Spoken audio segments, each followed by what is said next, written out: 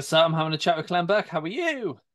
I'm good, Jim. How are you today? Yeah, not too bad. Thanks so much. So you are heading out on tour at the end of February into March with a Lust for Life tour. It's something a little bit different. Tell us a little bit about it. Well, a friend of mine who used to work at the ICA, um, I did some work for him several years back. I did a kind of a Q&A and kind of read from my ongoing Blondie memoirs, and we kept in touch over the years. His name is Tom. He's very good at organizing things, and he was instrumental in setting up the first version of the band Holy Holy, which I was a part of, which Tony Visconti and Woody Woodmansey from the Spiders from Mars, and of course Tony, David Bowie's producer, went on to continue that band for quite some time, that group. And Tom had put together the original idea of that, and I was a part of that as well, along with a friend of mine, James Stevenson, the guitarist. So over the years, Tom and I have kept in touch, and his latest idea was to put a group of musicians together and more or less pay tribute to the music of Iggy Pop and the Lust for Life album. Yeah, and once you guys all got together to put this project together, how easy was it for you guys to put your take on Iggy Pop's work? Well, Kevin Armstrong, the guitarist, had worked with Iggy for about 15 years, and he was also in David's band for Live Aid. I believe he was the music director, actually. And my longtime friend, mate, Glenn Matlock, he and I have worked on various projects together, and he's on bass. And he also toured with Iggy and recorded with Iggy, as did I. So that was kind of the nucleus of the band. And then bringing in Luis and Flo, the two other musicians, Luis, the other guitarist, and Flo, the keyboardist, uh, both fantastic musicians. So the musical chemistry came together quite easily. And then the icing on the cake is having Katie Putrick front it, because obviously being a woman interpreting the music of Iggy Pop is going to put a completely different spin on the lyrics and on the just the whole vibe of the band. So essentially, we didn't have some chap out there trying to emulate Iggy Pop. We had Katie interpreting Hmm. the words and the music of Iggy Pop. So that made it quite different. So that combination and the chemistry that seemed to exist between everyone made it pretty easy to begin. And we had a fantastic tour last year. Yeah. So Tom essentially decided that maybe we could do it again this year if everyone had the time and was up for it. And being that it was so enjoyable, everyone agreed pretty quickly to do it. And time allows right now. The late February, March time slot works for everyone. Yeah, good. And are you hoping to take this further afield and take it to more places? There's talk of us doing some shows in Europe, which I think probably in Berlin and in Paris and in Amsterdam probably be an audience for the group, for the Lust for Life band. It's a weird time. Essentially, you could almost say we're an Iggy Pop tribute band, but we also do some material that's associated with the other members of the band, i.e., for me, a Blondie song or two with Glenn, some Pistols, and some of his other original music, um, things like that. And yeah, there's talk of doing some other dates around Europe, and I don't know if we could actually get it to the States, but I was going to say was it's kind of the era of the tribute band in a way. I also just for goofs for fun, I did a tour with my friends in Bootleg Blondie, which is a Blondie tribute band, and it seemed kind of strange to some people for an actual member of Blondie touring with a Blondie tribute band, but it was really, really enjoyable. And I kind of got to curate the set. We did some songs that we don't normally do in Blondie very much any longer, and that was fun as well. And there's an audience for those kind of groups. So I think Lust for Life's a little notch above the average tribute band. Hmm. As I said, it's a little different spin on things, but there's a lot of great musicians out there just, playing in tribute bands because Yeah. people are very receptive to it at this time. And so I guess Lust for Life kind of goes in line with the state of play nowadays, and it's just a good night out. People want to come out into a gig. All the gigs were sold out last year, so it was great. The energy from myself, the energy in the room, and I think for the other musicians was really great. So people seem to really enjoy it. It's fun, it's just a Mm. fun thing to do. Yeah, for sure. And I spoke to Glenn last year, who said that you've been busy, quite busy with Blondie. How's the touring and everything been?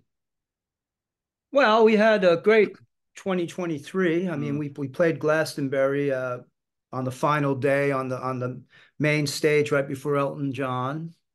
And so got to see a bit of Elton's set, his supposedly his last official show in the UK, mm. although that remains to be seen. I mean, how many times have the Who retired over Oh, the I know. years? Yeah. I am actually thinking about retiring, but who knows? Um, so yeah, we did that, and we did a brilliant gig on that Crystal Palace in South London on July 1st on Mm, Debbie's Harry's birthday, along with Iggy Pop and the Buzzcocks and funny band called Generation Sex, who you may have heard about, which is Steve and Paul from the Pistols and Billy Idol and Tony James from Generation X. I just saw Steve on Boxing Day, and it's kind of an interesting time. I don't want to consider myself a survivor, but I suppose I do. A lot of people are gone.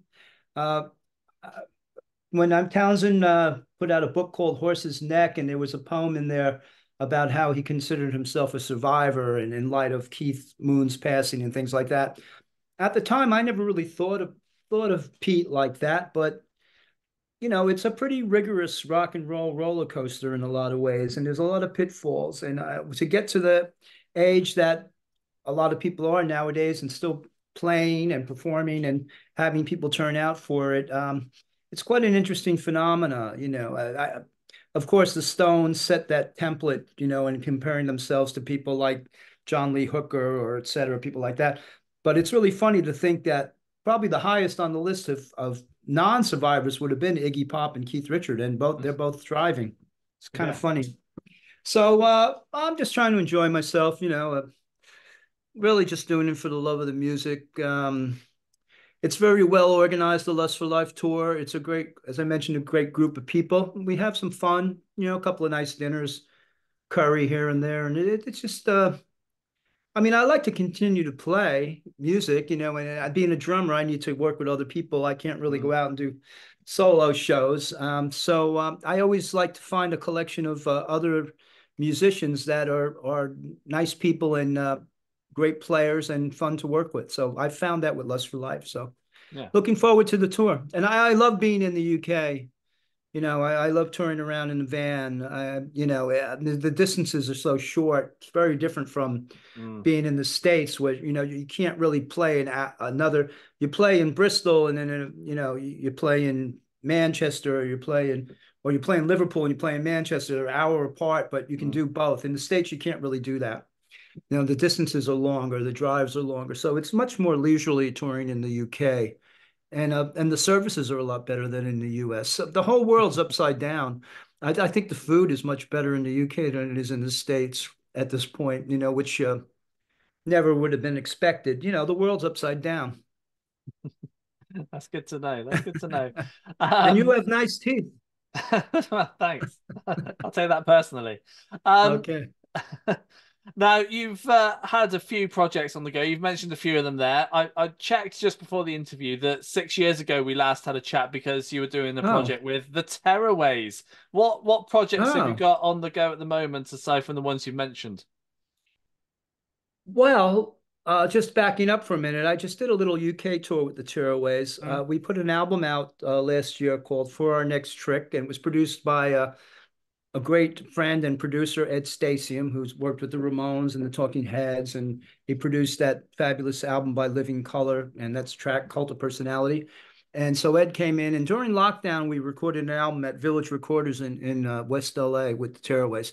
So the Tearaways are still ongoing. I think we might make another record. Once again, it's just based on a friendship that mm. developed along with a guy called John Ferreter, who's unfortunately no longer with us. Um, I've been working on as a cliche as that may sound, I've been working on my memoir for quite some time, and it's probably due to come out, Christmas this year. So I've been working on that. It's kind of quite an arduous process, and it's a bit like going to the psychiatrist. I mean, I've been writing most of it, but I also do Zoom interviews with my editor, and we kind of refine things. So I've got that going, and I've written an ongoing rock opera called The Big Smoke, which is about the people and places of London. I've written that along with Andy and Debbie Harris from the Bootleg Blondie band, and we recorded that in Lewisham at Pat Collier's studio. Pat used to be in the Vibrators. He has a great studio in Lewisham. So that's something that's still in development. We keep fine tuning the book, as it were. I've had some meetings with various people. Was going back and forth with Tim Rice for a while. Tim, of course, Jesus Christ Superstar and Vita and all that. He's been very encouraging. The music is kind of 60s and 70s based. There's songs about, for instance, Big Ben. There's songs about Vivienne Westwood. There's songs about David Bowie. There's songs about Tower Bridge, on and on. And so it's, if nothing else, we're going to try to do a show and do the music, if not the full story. So that's been ongoing. Um, got an album project with that I've been asked to play on with a guy called Cheetah Chrome, who was in the band The Dead Boys, doing a new record. But the Blondie album that we've done is completed and due to be released sometime this year. Not quite sure why we don't have a definite date, but it's definitely finished. And we're actually, it hasn't really been announced, but we're going to play some shows in Australia in April with Blondie. And then in June, we're doing a couple of shows in Halifax, UK, and then a couple of supports with Sting in Ireland. Mm. And we're also playing a thing out here called the Cruel World Festival, which is we played the inaugural one a few years back. It's quite a collection of bands, of groups. Interpol, I know, are on it, and that's out in Pasadena, California. So there's a bunch of Blondie gigs, and trying to figure out how to promote the new Blondie album properly. So there's a lot of stuff on the go, actually. And first off is well, actually, funny enough, this week I'm doing some gigs in Southern California with Glenn to promote his solo album Mm. called Consequences Coming, which he's been doing quite a few gigs in the States, and he also has a book out now. So we're doing a handful of gigs this week before we head over, or I head over to back to the UK to do the rehearsals for Lust for Life. So just kind of getting back into things after the holiday season.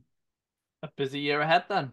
Yeah, pretty much so. Yeah, well up until September, and then hopefully the book, my memoir, should be coming out, and The Other Side of the Dream is the working title, and also the new Blondie album should be out around that time. We're talking about doing a couple of residencies, one particularly in London to promote the album. Maybe smaller venue like the Palladium or something like that for a couple of nights would be nice. Yeah, there's quite a bit going on actually. Sounds good to me. Clem, it's been a pleasure having a catch up with you. All right, mate. That's good. Cheers.